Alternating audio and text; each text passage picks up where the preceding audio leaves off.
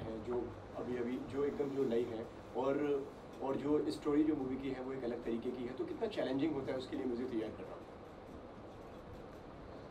हर project तो challenging होता ही है, क्योंकि अगर आपको वो स्क्रिप्ट को जस्टिफाई करना हो तो आपको बहुत मेहनत करनी पड़ती है। एंड मेहनत ऊपर ऊपर से नहीं होता है, जब आप डिटेल्स में घुसते हैं ना, डिटेलिंग में। अभी आप एक गाना देखेंगे, दिल बरो, इसी पिक्चर का गाना देखेंगे, तो उसमें हमने कश्मीरी फोक सॉन्ग का रिसर्च करना पड़ा, फिर बाद में कश्मीरी जो इंस्ट्रूमेंट्स हैं उसको यूज़ करना पड़ा, फिर वो जो रीजन है, वो जो इलाका है, वो जो पीरियड है, वो जो माहौल है, वो अपने म्यूज़िक में उतार लेना चाहिए, उसके बगैर मज़ा नहीं है। तो अगर आपको उस तरह का काम करना है तो ये चैलेंजिंग ही होता है ना। अभी राजी टाइटल सुनेंगे तो कहीं ना कहीं आपको लगेगा कि ये कोई कश्मीर, अफ़गानी म्यूज़िक, कश्मीरी म्यूज़िक, कहीं पर एक एक रिश्ता भी है, at the same time it's Bollywood, कि बहुत ज़्यादा वो भी नहीं कर सकते क्योंकि लोगों को समझ में नहीं आएगा। तो we have maintain those aesthetics, थोड़ा सा उसका एक फ्लेवर, थोड़ा सा उसका एक तड़का, उसका एक मज़ा लेना चाहिए लोगों को, कि आप बगैर पिक्चर देख के आपको समझ में आ जाना चाहिए कि ये कहीं उस रीजन का है शायद। गुलजार साहब की मैं बात करना चाहूँगा, क्योंकि वो एक ऐसी शख्सियत है जो कि हर किसी के साथ में काम नहीं करते हैं। आप उनमें से ऐसे एक हैं जो कि आप लोग चुनिंदा है, आप लोग के साथ में वो काम करते हैं और इस गाने में उनका कॉन्ट्रीब्यूशन है। तो आप लोगों का कैसा रहा एक्सपीरियंस उनके साथ में? वो तो आशीर्वाद है। और क्या बोलते सही कहा है उन्होंने, ये एक आशीर्वाद है हमारे लिए कि हमको उनके साथ बैठ के म्यूज़िक करने का मौका मिलता है, उनके साथ बैठ के यहाँ जहाँ बैठे हैं हम लोग साथ मिल के खाना खाते हैं हर रोज़। और म्यूज़िक के अलावा भी हज़ारों टॉपिक है जिसके बारे में हम डिस्कस करते हैं। हम लोग खुल के बोल सकते हैं कि गुलजार साहब ये जो वर्ड है इसके बदले मैं इसको ऐसा कर सकता हूँ क्या, और वो इतना ओपन है, इतना कोऑपरेट करते हैं हमारे साथ कि बिल्कुल जो भी आप सजेशन दो उसके साथ वो चलते हैं। तो ये एक रिलेशनशिप इस्टेब्लिश करने में वक्त लग जाता है। ये रिलेशनशिप अगर इस्टेब्लिश आपको करना हो with a person like Gulzar sahab और for example Javed sahab, you have to prove yourself first, जो मेरे ख्याल से हम लोगों ने किया है, जिसकी वजह से वो हमको एंटरटेन करते हैं, नहीं तो वो तो खड़ा भी नहीं करेंगे हमको।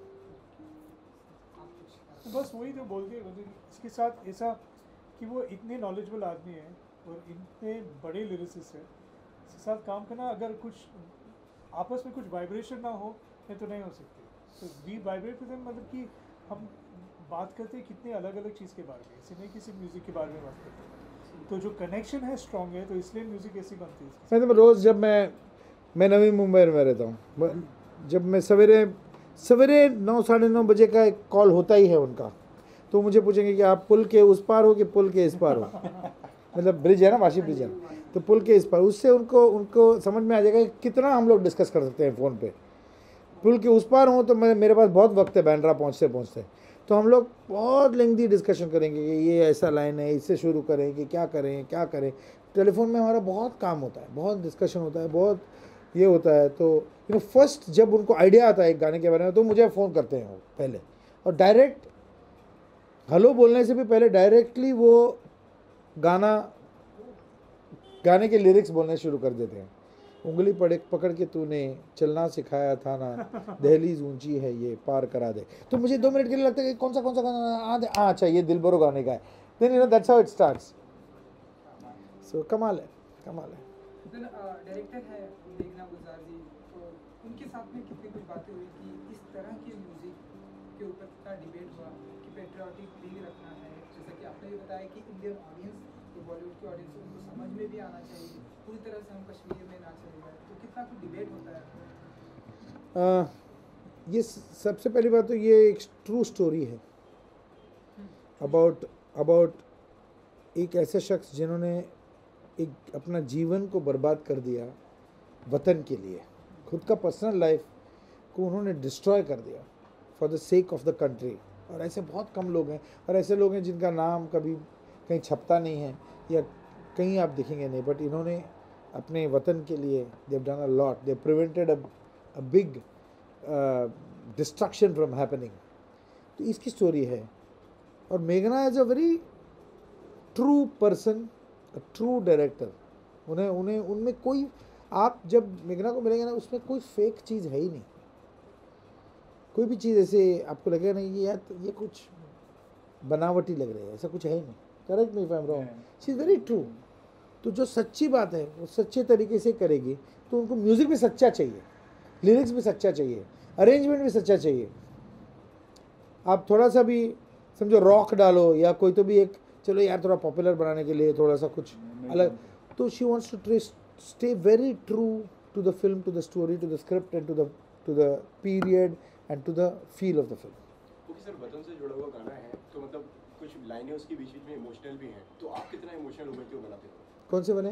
ये वतन वाले जो है। It's a very emotional film. और जब भी हम सुनते हैं, जब भी हम गाते हैं, जब भी हम सुनते हैं, एक ऐसा एक मुझे परसों एक SMS आया था मेरे दोस्त आकृति कक्कर के, it stirs up a very strange emotion.